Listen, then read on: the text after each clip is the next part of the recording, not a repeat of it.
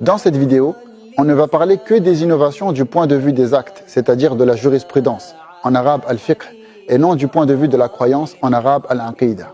A tout de suite. Doit-on considérer toute chose religieuse que le prophète, prière et salut sur lui, n'a pas faite, comme étant à la fois une chose interdite et une innovation religieuse? Les choses que le prophète, prière et salut sur lui, a délaissées sont de deux catégories. La première catégorie de choses que le prophète, prière et salut sur lui, a délaissées sont celles que la religion appelle à délaisser. Par exemple, il a délaissé le fait de manger le zèbre qu'avait chassé pour lui As-Sa'b ibn Juthama, parce qu'en manger lui était interdit étant donné qu'il était en état de sacralisation, rapporté par Al-Bukhari et Muslim. Il a généralement délaissé aussi le fait d'uriner debout, car cela est détestable. La deuxième catégorie de choses que le prophète, prière et salut sur lui, a délaissées sont celles que la religion n'a pas forcément interdites. Par exemple, il, prière et salut sur lui, a délaissé le fait d'ordonner à ses compagnons le siwak lors de chaque prière, de peur que ce ne soit trop lourd pour eux, comme cela est rapporté par Al-Bukhari et Muslim. Il a aussi délaissé le fait de faire la prière du tarawih en groupe, de peur que cela soit rendu obligatoire, rapporté par Al-Bukhari et Muslim. Ou encore, il a délaissé le fait d'invoquer Allah, afin de faire entendre à ses compagnons les cris que poussent ceux qui se font châtier dans leur tombe, de peur que les gens ne s'enterrent plus les uns les autres, comme cela est rapporté par Muslim, Ahmed, Al-Nasa'i et Al-Hakim. Conclusion, le seul jugement que l'on peut tout le temps déduire d'une chose que le prophète, prière et salut sur lui, a délaissée, c'est que cette chose n'est pas obligatoire. Car dans le cas contraire, le prophète, prière et salut sur lui, l'aurait fait, et non pas que cette chose soit nécessairement interdite en islam. Quelle était la position du prophète, prière et salut sur lui, de son vivant, vis-à-vis des choses religieuses nouvelles que faisaient ses compagnons? Premièrement, on sait avec certitude que les compagnons, qu'Allah soit satisfait d'eux, étaient les plus connaisseurs de la guidée et de la sunna du prophète. Deuxièmement, on sait qu'ils ont commencé à faire bien des choses pendant le vivant du prophète, prière et salut sur lui, avant même qu'il ne leur donne le jugement religieux de ces différentes choses. Il est important aussi d'insister sur le fait que ces choses que les compagnons, qu'Allah soit satisfait d'eux, ont fait, le prophète, prière et salut sur lui, ne le faisait pas. Troisièmement, la réaction du prophète, prière et salut sur lui, vis-à-vis de toutes ces choses-là, était d'en approuver certaines et d'en désapprouver d'autres. Non pas à cause du fait qu'il ne les faisait pas lui-même, mais pour des raisons qui ont un lien avec ces choses-là en soi, comme nous allons le voir. Parmi les choses nouvelles que le prophète, prière et salut sur lui, a approuvées, il y a les 2 unités de prière qu'accomplissait Bilal après chaque purification et lors de chaque adhan, comme il est rapporté par Ahmed, At-Tirmidhi et Al-Hakim. Il y a également ce qu'a rajouté un compagnon comme invocation après s'être relevé de l'inclinaison alors qu'il priait derrière le prophète, prière et salut sur lui, rapporté par Al-Bukhari et Muslim. Aussi, il y a ce qu'a fait Mu'adh ibn Jabal, qu'Allah soit satisfait de lui, lorsqu'il est arrivé en retard à la prière en commun, comme cela est rapporté par Ahmed et Abu Daoud. Et parmi les choses nouvelles que le prophète, prière et salut sur lui, a désapprouvées, il y a lorsque Mu'adh, qu'Allah soit satisfait de lui, s'est prosterné pour le prophète, prière et salut sur lui, par respect pour lui, comme cela est rapporté par Ahmed, Ibn Majah, Al-Hakim et At-Tabarani. Le prophète, prière et salut sur lui, a désapprouvé ce qu'a fait Mu'adh parce que cet acte est en désaccord avec les préceptes de l'islam, et même si c'est fait par respect envers lui et avec une bonne intention. Il y a aussi le vœu qu'avait fait Abu Israël, qu'Allah soit satisfait de lui, de ne plus s'asseoir, de ne plus s'abriter du soleil, de ne plus parler et de jeûner, comme il est rapporté par Al-Bukhari, Ahmad et Abu Daoud. Le prophète, prière et salut sur lui, a désapprouvé le fait qu'il ne veuille plus s'asseoir et s'abriter du soleil, car l'islam nous appelle à prendre soin de nous et à ne pas nous exposer à ce qui va nuire à notre santé. Allah nous dit dans le Coran « Wala taqtulu anfusakum » ce que l'on pourrait traduire par « et ne vous tuez pas vous-même ». En revanche, le prophète, prière et salut sur lui, a approuvé son jeûne et l'a conseillé de continuer de jeûner, car le jeûne est une bonne chose en islam. Conclusion, le prophète, prière et salut sur lui, a approuvé les nouvelles choses que faisaient ses compagnons, qu'Allah soit satisfait d'eux, lorsque ces nouvelles choses reposaient sur le caractère général des textes et qu'elles étaient en accord avec les enseignements de la religion. Comme il a désapprouvé toutes les choses qui, soit ne reposaient sur absolument aucun texte, ou soit n'étaient pas en accord avec les enseignements de l'islam. Car ces dernières choses sont de l'ordre de l'innovation dont le prophète, prière et salut sur lui, nous a lui-même clairement mis en garde dans le hadith « Kullu bid'atin dalalah » en français, toute innovation est égarement. Une personne pourrait dire que ces choses nouvelles qu'ont faites ses compagnons ont été approuvées par le prophète, prière et salut sur lui, pendant son vivant. Alors, est-ce que les compagnons, qu'Allah soit satisfait d'eux, ont continué à faire des nouvelles choses religieuses après la mort du prophète, prière et salut sur lui? Et si oui, quelle a été la réaction des savants parmi eux? Oui, après la mort du prophète, les compagnons, qu'Allah soit satisfait d'eux, ont continué à faire des nouvelles choses religieuses que le prophète, prière et salut sur lui, n'a jamais faites de son vivant. Les savants parmi eux en ont désapprouvé certaines et en ont approuvé d'autres, comme le faisait avant eux le prophète lui-même. Parmi les nouvelles choses religieuses que les compagnons à leur époque ont faites et que les savants parmi eux ont approuvées, il y a l'habitude qu'avaient deux hommes de ne jamais se quitter sans avoir récité la sourate Al-Asr, comme cela est rapporté par At-Tabarani. Parce que cette courte sourate contient d'importants conseils. Il y a également le rajout avec lequel venaient certains compagnons à la formule connue que l'on prononce pour la talbiya. Cela est rapporté par Ibn Abi Shayba.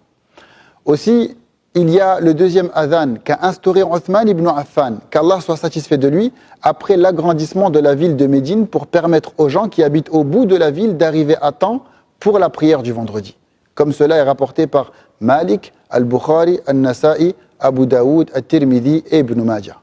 Et parmi les nouvelles choses religieuses qui ont été faites à l'époque des compagnons, ou qu'on a voulu faire mais qui ont été désapprouvées, il y a le plafond à ne pas dépasser dans la dot du mariage qu'a voulu instaurer Omar ibn al-Khattab, qu'Allah soit satisfait de lui. Comme cela est rapporté par Abdurrazzaq et Abu Ya'la. Il y a également ce qu'a fait Marwan ibn al-Hakam, lorsqu'il a fait précéder le sermon sur la prière le jour de l'Aïd. Il a été désapprouvé par Abu Sa'id al-Khudri. Cela est rapporté par Al-Bukhari. Il y a aussi, par exemple, le groupe de personnes qui avaient pris l'initiative de construire une mosquée à la périphérie de la ville de Koufa, sans consulter qui que ce soit, alors que l'ensemble des musulmans avaient déjà une mosquée dans laquelle ils se réunissaient pour prier au sein même de la ville. Le compagnon Abdullah ibn Mas'ud, qu'Allah soit satisfait de lui, a par conséquent fait démolir cette deuxième mosquée qu'a construite ce groupe de personnes. Après quoi, ce groupe de personnes s'est alors mis à fréquenter la mosquée de tout le monde au sein de la ville et à s'y asseoir en forme de cercle pour faire des évocations dans son coin, en s'isolant encore des autres musulmans, comme si les personnes de ce groupe se sentaient plus guidées que les autres, ou qu'ils étaient plus savants que les compagnons, dont beaucoup étaient encore vivants. Abdullah ibn Mas'ud, qu'Allah soit satisfait de lui, est parti alors à la rencontre de ce groupe de personnes au comportement dur, et les a conseillés de compter leurs mauvaises actions et de s'en repentir, au lieu de compter leurs évocations comme ils le faisaient. Il ne les a pas blâmés pour s'être réunis à la mosquée afin de faire des évocations, car cela est légiféré en islam. Mais il les a blâmés à cause de cette dureté et de cet isolement des autres musulmans dont ils ont fait preuve, et qui sont des caractéristiques des Kharijites, au sujet de qui le prophète, prière et salut sur lui, a dit qu'ils liront le Coran sans que ce dernier ne dépasse leur clavicule, et sortiront de l'islam comme la flèche passe au travers de la cible. Dans une version, Abdullah ibn Mas'ud, qu'Allah soit satisfait de lui, leur a ordonné de dissoudre leur cercle d'évocation et de rejoindre le cercle des autres musulmans, car ce dernier avait été constitué avant l'autre. Il y a même une certaine version qui raconte qu'il leur a jeté des cailloux. Et finalement, ces craintes se sont avérées, étant donné que la plupart de ces gens-là ont fait partie de ceux qui ont combattu les musulmans avec les Kharijites le jour de An-Nahrawan. Les différentes versions de ce récit sont rapportées par At-Tabarani, Ibn Waddah, Al-Qurtubi, Ad-Darimi ainsi que d'autres imams. Bien que je me dois d'avouer que l'authenticité des versions de ce récit dans ce dernier exemple sont sujettes à débat entre les gens de science. En effet, l'imam Al-Munawi, dans son livre Fayd al-Qadir, et l'imam Al-Alousi, dans son livre Ruh al-Ma'ani, ainsi que d'autres imams ont déclaré que ce récit était inauthentique. Voilà pourquoi la grande majorité des imams qui nous ont précédés ne donnaient pas une importance particulière à ce récit. Je précise cela pour être le plus honnête possible sur le plan scientifique. Conclusion, les compagnons, qu'Allah soit satisfait d'eux, avec ce que Allah leur a donné comme science, faisaient la différence entre les bonnes choses nouvelles religieuses, qui elles sont légiférées, et les mauvaises choses nouvelles, qui elles, soit ne reposent sur absolument aucun texte, ou soit s'opposent aux enseignements de la religion. Et après ses pieux prédécesseurs, les 4 grandes écoles juridiques sunnites ont continué de suivre cette même méthodologie. Et c'est la raison pour laquelle on trouve beaucoup de nouvelles choses religieuses qui ont été approuvées par ces écoles dans les livres de jurisprudence, comme le fait de lire la sourate Al-Fatiha après la prière, selon les Hanafites et d'autres, prier à voix haute sur le prophète, prière et salut sur lui après l'appel à la prière, ainsi que se réunir après les prières pour faire des invocations selon des Malikites, prononcer l'intention avec la langue afin de mieux faciliter le cœur à avoir cette intention, selon les Chafiites, etc. À la lumière de tout ce qu'on vient de dire, on comprend qu'en islam, il n'y a pas de bonne innovation religieuse. Toute innovation est égarement. Et même si les gens la considèrent comme étant bonne, comme l'a dit le compagnon Abdullah ibn Umar. Mais on voit aussi que nos prédécesseurs, parmi les imams, ont approuvé certaines choses nouvelles dans la forme, parce qu'elles reposent sur des textes dans le fond, en plus du fait que ces nouvelles choses n'étaient pas en désaccord avec les enseignements de l'islam. Ces choses nouvelles dans la forme sont peut-être des innovations dans le sens linguistique, car oui, leur forme est nouvelle, mais ce ne sont en rien des innovations dans le sens religieux. Voilà pourquoi lorsqu'on voit certains imams utiliser le terme « bonne innovation », cela est à comprendre dans le sens linguistique, mais religieusement, ce sont des choses sunnah, ici dans le sens recommandé, comme l'emploient les juristes, et non dans le sens rapporté dans les hadiths, comme emploient ce terme les savants du hadith. Cela, conformément à la parole du prophète, « Man ahdatha fi amrina ma laysa minhu fahuwa rad » ce qui a pour sens « quiconque invente dans notre affaire ce qui n'en fait pas partie est à rejeter ». Cela signifie qu'à contrario, quiconque invente dans la religion une manière correcte de faire une chose qui en fait déjà partie, cela sera approuvé. Le hadith cité est rapporté par Al-Bukhari et Muslim. Et c'est le sens de la parole du pieux prédécesseur, Imam Ash-Shafi'i, qu'Allah lui fasse miséricorde, lorsqu'il a dit l'innovation est de deux catégories, l'innovation louable et l'innovation blâmable. Ce qui a contredit la sunna, c'est ce qui est blâmable, rapporté par Abu Nu'aym dans son livre Hilyatul Awliya. Parmi les imams qui soutenaient cette position, il y a Al-Izz ibn Abdissalam, Al-Qurtubi, Al-Nawawi, Ibn Rajab, Ibn Hajar Al-Asqalani, Ibn Abidin, ainsi que d'autres. Maintenant qu'on a terminé d'expliquer brièvement ces règles importantes que l'on vient de voir, j'aimerais qu'on analyse ensemble un schéma de questions qui est beaucoup partagé dans les réseaux sociaux pendant la période du Mawlid. Et ce schéma est le suivant. Le Mawlid est-il un acte d'obéissance ou de désobéissance ? Si la personne dit que c'est un acte de désobéissance, alors il n'est pas permis de le commémorer et ça s'arrête là. Par contre, si elle dit que c'est un acte d'obéissance, alors on lui posera la question. Est-ce que le prophète, prière et salut sur lui, avait connaissance de cet acte d'obéissance ? Si elle dit non, alors c'est qualifier le prophète, prière et salut sur lui, d'ignorer un acte d'obéissance en islam, ce qui est impossible. En revanche, si elle dit que le prophète, prière et salut sur lui, avait connaissance de cet acte d'obéissance, alors on lui posera la question. Est-ce qu'il nous a transmis cet acte d'obéissance ? Si elle dit non, c'est qualifier le prophète, prière et salut sur lui, d'avoir caché une partie de la révélation, ce qui est une accusation extrêmement grave. Et si elle dit oui, alors on lui demandera où est le texte prouvant cela. Et comme il n'y en a pas, elle sera contrainte d'avouer qu'elle est dans l'erreur. D'abord, je tenais à dire que ce schéma n'a absolument rien de scientifique. Et je ne sais même pas comment dans un débat qui est censé être scientifique, on peut ramener quelque chose comme ça. Même un adolescent qui a étudié quelques bases de la religion, selon la méthodologie des grands imams qui nous ont précédés, serait capable d'y répondre. Je vais néanmoins déconstruire ici ce schéma pour que tout soit plus clair. Tout acte légiféré en islam l'est soit par un texte précis, c'est-à-dire par un ordre divin, ou par le fait que le prophète, prière et salut sur lui, le faisait, ou soit par déduction des sens généraux de certains textes. Sur ce dernier point, notre pieux prédécesseur, l'imam Ash-Shafi'i, qu'Allah lui fasse miséricorde, dans son livre Ar-Risala a dit « Celui qui a parfaitement compris les règles d'Allah présentes dans son livre, aussi bien celles qui sont textuelles que celles qui sont déduites.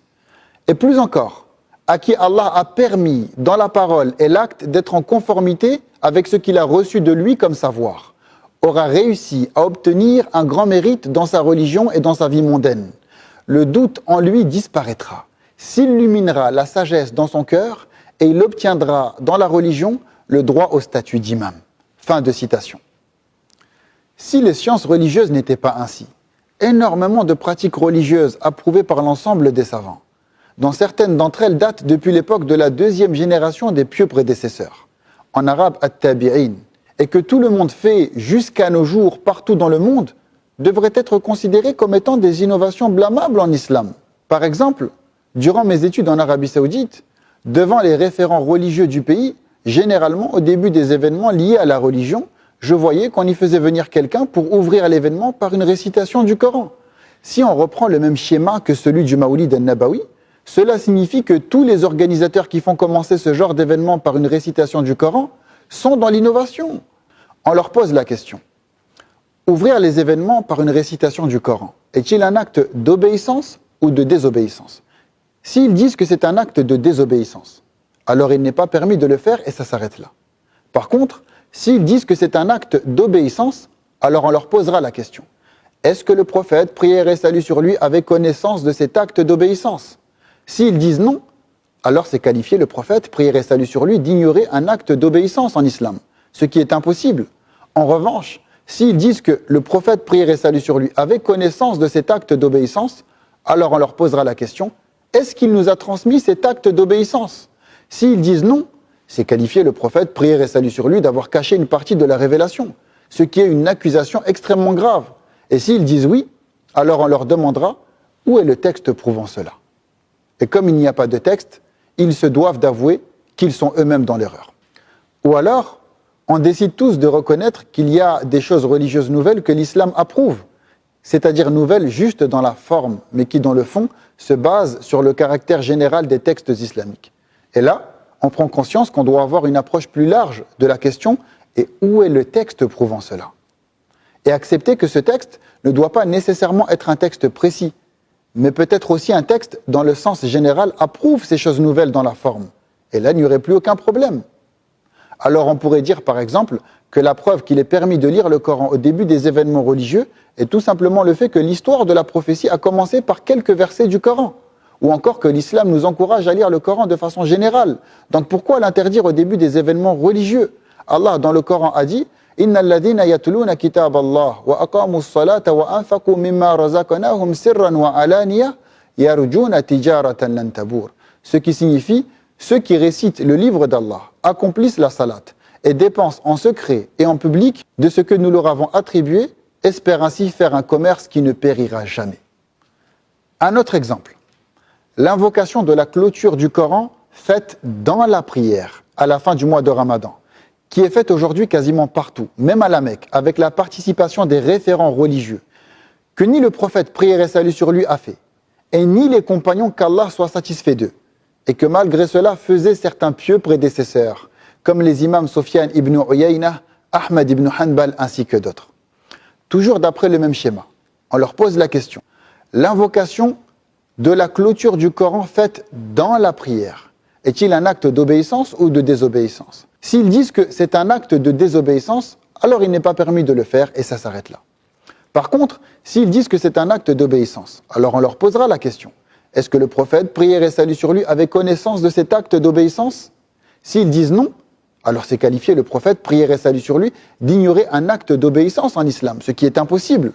En revanche, s'ils disent que le prophète, prière et salut sur lui, avait connaissance de cet acte d'obéissance, alors on leur posera la question.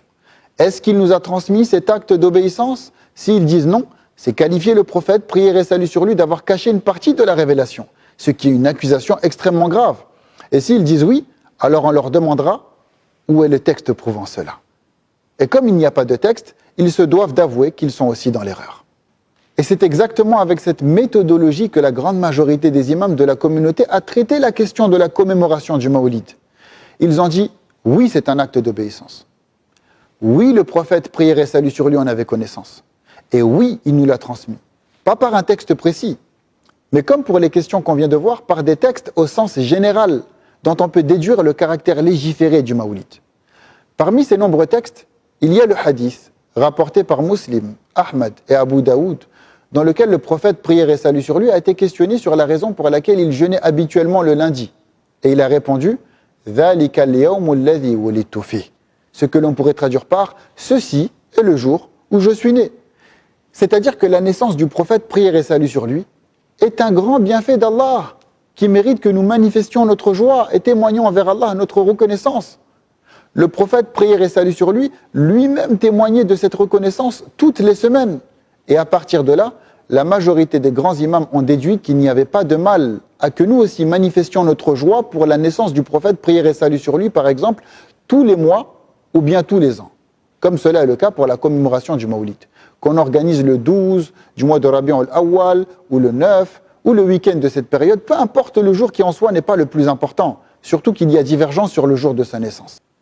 Il n'y a pas de mal qu'à cette occasion, les gens se réunissent pour commémorer la naissance du prophète, prière et salut sur lui, en parlant de certains passages de sa vie, ou en chantonnant certains vers de poésie arabe et autres activités licites autour d'un petit repas, juste pour honorer les invités, sans pour autant croire qu'il y aurait dans cette période-là un mérite particulier en islam.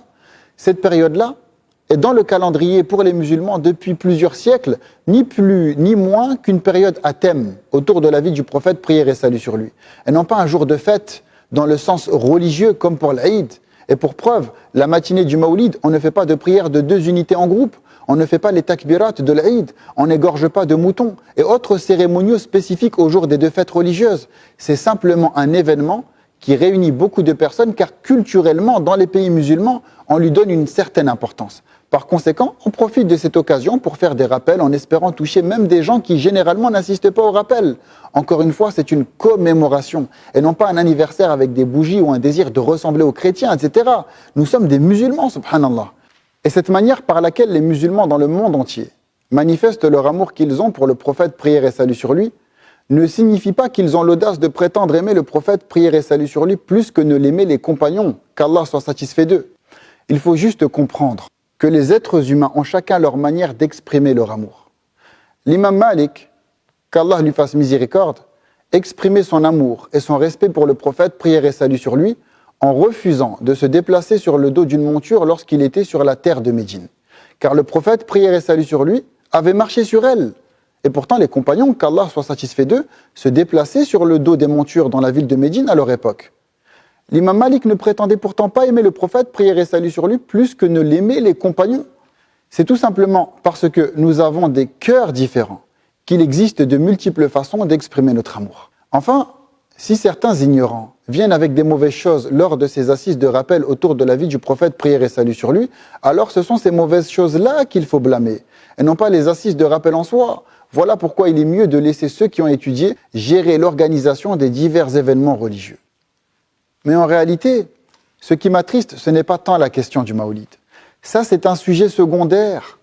Depuis que les gens ont commencé à commémorer le Mawlid, bien que la majorité des imams l'aient approuvé, il y en a néanmoins quelques-uns qui l'ont désapprouvé. Et libre à chacun, après cela, d'être sur sa position. Notre divergence d'opinion sur un sujet comme celui-là ne doit en aucun cas être une cause de divergence des cœurs. Innamal mu'minuna ikhwa, en français, les croyants ne sont que des frères.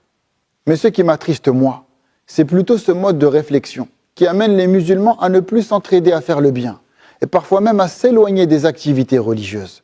Ce qui indirectement les conduit à se tourner vers des activités purement mondaines, et parfois même illicites. Tout ça, malheureusement, à cause de ce mode de réflexion, qui consiste à vouloir considérer comme innovation tout ce sur quoi il n'y a pas de texte précis, et cela même si on peut déduire son caractère légiféré des sens généraux du Coran et de la Sunna, comme dans les schémas que l'on vient de voir. Et il arrive même que ce mode de réflexion conduise, au nom de vouloir suivre le Coran et la Sunna, à ne plus traiter certaines questions d'aujourd'hui en revenant au Coran et à la Sunna. Car au lieu de faire l'effort d'essayer de déduire le jugement de ces choses nouvelles à la lumière du Coran et de la Sunna, on va se contenter de les mettre dans la catégorie des innovations. As-tu des exemples concrets d'activités religieuses aujourd'hui délaissées à cause de ce mode de réflexion et dont le délaissement se serait avéré nuisible à la spiritualité des musulmans? Oui. Et parmi les exemples d'activités religieuses délaissées à cause de ce mode de réflexion, il y a ce qu'on appelle la semaine des mosquées. Dans les pays musulmans, de la même façon que le ministère de l'Environnement peut demander aux écoles de sensibiliser les enfants sur l'importance de la nature durant une petite période de l'année scolaire, le ministère des Affaires religieuses peut demander aux écoles de sensibiliser les enfants sur l'importance des mosquées pendant une semaine précise dans le calendrier scolaire. Et cette semaine s'appelait la semaine des mosquées. C'était une semaine autour du thème de la mosquée, pendant laquelle se créait un engouement particulier pour ramener les enfants à la mosquée. Les imams s'organisaient pour leur préparer des activités ludiques afin de créer chez les enfants un attachement à la mosquée. Ils leur faisaient des exhortations, les assignaient à quelques tâches ménagères à réaliser pour la mosquée. Ils désignaient même parfois un enfant parmi ceux qui étaient religieusement instruits afin de diriger une prière.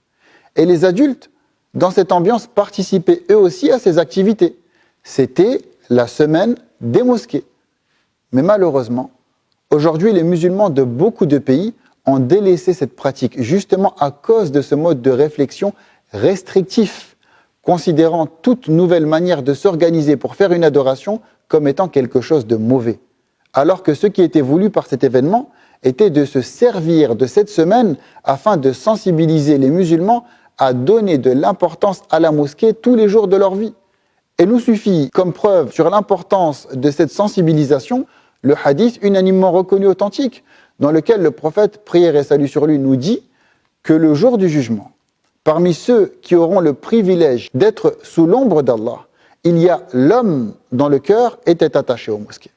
Parmi les activités religieuses que certaines références de ce mode de réflexion appellent à délaisser, il y a aussi le fait de poster une publication sur les réseaux sociaux la veille des jours de jeûne, pour se rappeler et s'encourager mutuellement à jeûner ces jours-là, sous prétexte qu'il n'a pas été rapporté de texte précis dans lequel le prophète, prière et salut sur lui, est rappelé à ses compagnons de jeûner la veille des jours de jeûne.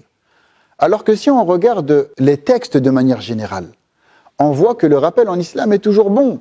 Allah, glorifié soit-il, a dit « Wadakir, fa inna dhikra tanfa'ul mu'minin » ce qui a pour sens est rappel, car le rappel profite aux croyants.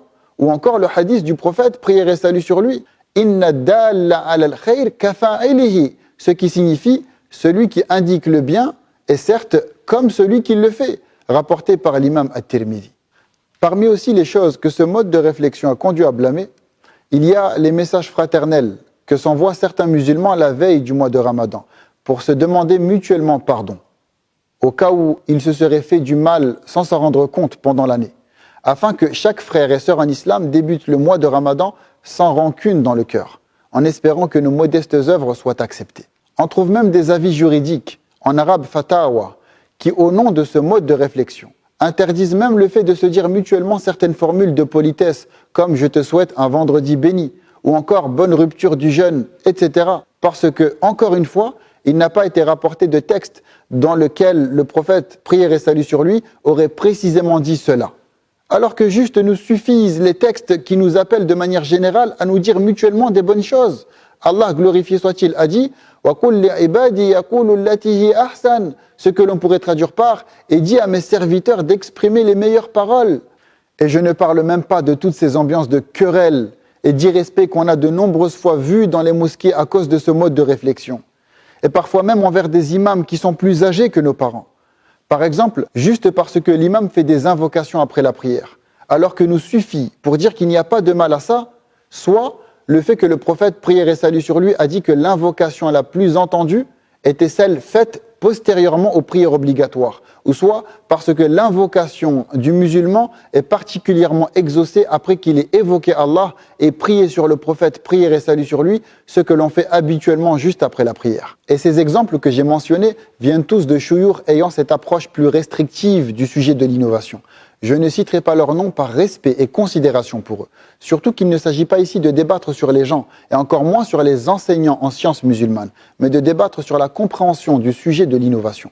Nous devons être capables de nous respecter mutuellement en tant que frères et sœurs en islam, même lorsqu'on ne partage pas le même point de vue. Du coup, que signifie le mot innovation dans le hadith? Toute innovation est égarement.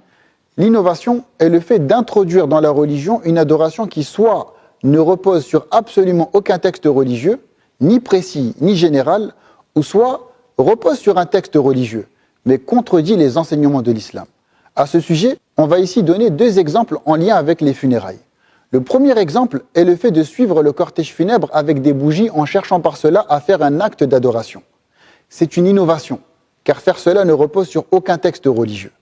Le deuxième exemple d'innovation que l'on pourrait donner est le fait de réciter le Coran à voix haute en suivant le cortège funèbre. Cela est une innovation aussi, car même si réciter le Coran repose sur des textes religieux, le fait de le réciter dans la rue en suivant le cortège funèbre amène les gens absorbés par leurs occupations journalières à manquer de respect au Coran, en n'étant pas attentifs à sa récitation. Pourquoi arrive-t-il à des chouyours ayant une approche plus restrictive de l'innovation de parfois approuver certaines choses nouvelles en s'appuyant sur le caractère général des textes religieux, tandis qu'ils en désapprouvent parfois d'autres qui, elles aussi, s'appuient aussi sur le caractère général de ces textes? Certains savants émettent l'hypothèse que cela a probablement un lien avec les usages et les coutumes, bien qu'à titre personnel, je ne sois pas totalement convaincu par cela. Ils disent que, généralement, les chouyours, ayant une approche plus restrictive de l'innovation, approuvent plus facilement certaines choses nouvelles lorsqu'elles sont déjà coutumières à leur société, et n'hésitent pas, pour cela, à s'appuyer sur le caractère général de certains textes religieux, comme pour le fait de tout le temps lire le Coran au début des événements religieux, ou de spécifier les 10 dernières nuits du mois de Ramadan pour y effectuer des prières nocturnes en groupe dans les mosquées, etc. Mais lorsqu'une chose nouvelle n'est pas coutumière à leur société, alors il est plus difficile pour eux de l'approuver. Et par conséquent, ils la désapprouvent. Comme c'est le cas par exemple pour les évocations en groupe qui se font depuis des siècles dans les différents pays musulmans en présence de leurs savants. Alors que les savants, ayant une approche plus large du sujet de l'innovation, s'appuient sur le caractère général de plusieurs textes pour approuver les évocations en groupe, dans le hadith unanimement reconnu authentique, dans lequel le prophète, prière et salut sur lui, a dit « Inna lillahi malaikatan sayyara, fudala, yatatabba'una majalisa dhikr, فإذا وجدوا مجلسا فيه ذكر قعدوا معهم وحف بعضهم بعضا بأجنحتهم حتى يملأوا ما بينهم وبين السماء الدنيا. » Certes, Allah a des anges au grand mérite qui se déplacent et qui sont continuellement à la recherche d'assises d'évocation. Dès qu'ils trouvent une assise dans laquelle il y a de l'évocation, ils s'assoient avec eux. Et ils se couvrent les uns les autres de leurs ailes jusqu'à remplir l'espace qu'il y a entre eux et le ciel inférieur. فإذا تفرقوا عرجوا وصعدوا إلى السماء قال فيسألهم الله عز وجل وهو أعلم بهم من أين جئتم فيقولون جئنا من عند عباد لك في الأرض يسبحونك ويكبرونك ويهللونك ويحمدونك ويسألونك. Une fois que le cercle se disperse, ces anges s'élèvent et remontent au ciel. Il dit, Allah a lu la puissance et la majestuosité alors qu'il sait mieux qu'eux leur demande. D'où venez-vous? Ils disent de chez quelques-uns de tes serviteurs sur terre qui disent pureté à toi. Tu es le plus grand. Il n'y a pas de vraie divinité en dehors de toi. Louange à toi. Et ils t'adressent leur demande. On voit clairement que les assises dont il est question dans ce hadith-là en tout cas, ne sont pas les assises de science ou de rappel dans lesquelles on cite juste des textes religieux. Mais on parle bien ici d'assises dans lesquelles on prononce des formules d'évocation, comme pureté à Allah, subhanallah, Allah est le plus grand, Allahu Akbar. Il n'y a pas de vraie divinité en dehors d'Allah, la ilaha illallah, louange à Allah, alhamdulillah, et dans lesquelles on fait des invocations. Après quoi, dans ce hadith, Allah dit قَدْ غَفَرْتُ لَهُمْ فَأَعْطَيْتُهُمْ مَا سَأَلُوا. Je les ai certes pardonnés et je leur ai donné ce qu'ils demandent. Qui peut statuer sur le jugement de ces choses qui sont en apparence nouvelles, mais légiférer, car elles reposent sur le caractère général de textes religieux. La personne qui peut statuer sur le jugement de ces nouvelles choses est le savant habilité à délivrer un effort de réflexion sur les questions de droit musulman, en arabe al-mujtahid. Et si ne statuer sur le jugement religieux de ces choses-là uniquement que cette catégorie de personnes, les divergences sur ce sujet seraient minimes. Un mot pour la fin ? J'espère que ce modeste travail a aidé à mieux comprendre ces questions. Généralement, les petits étudiants que nous sommes évitons de traiter ce sujet, car il est dur à aborder et il nous expose malheureusement à la polémique. J'aurais pu essayer de faire le buzz en donnant comme titre à ma vidéo « Mise en garde contre », puis citer une personne qui jouit d'une visibilité sur Internet et ayant une position contraire à la mienne, afin que YouTube associe ma vidéo à son nom et me donne de la visibilité, comme le font malheureusement certains. Mais lorsqu'on traite de ces sujets, notre but doit être de présenter des arguments tout en essayant de conserver l'amour et la fraternité entre nous musulmans. Mes chers frères et sœurs en islam, je vous aime en Allah. Me concernant, je respecte toute personne ne partageant pas mes positions. Bien qu'à titre personnel, je préfère rester par précaution sur cette méthodologie que la majorité des imams de la communauté durant des siècles ont estimé être la méthodologie des pieux prédécesseurs et éviter les autres méthodologies contemporaines. Qu'Allah accepte de nous, nous accorde la clairvoyance et pardonne nos péchés. Que la paix et la miséricorde d'Allah soient sur vous.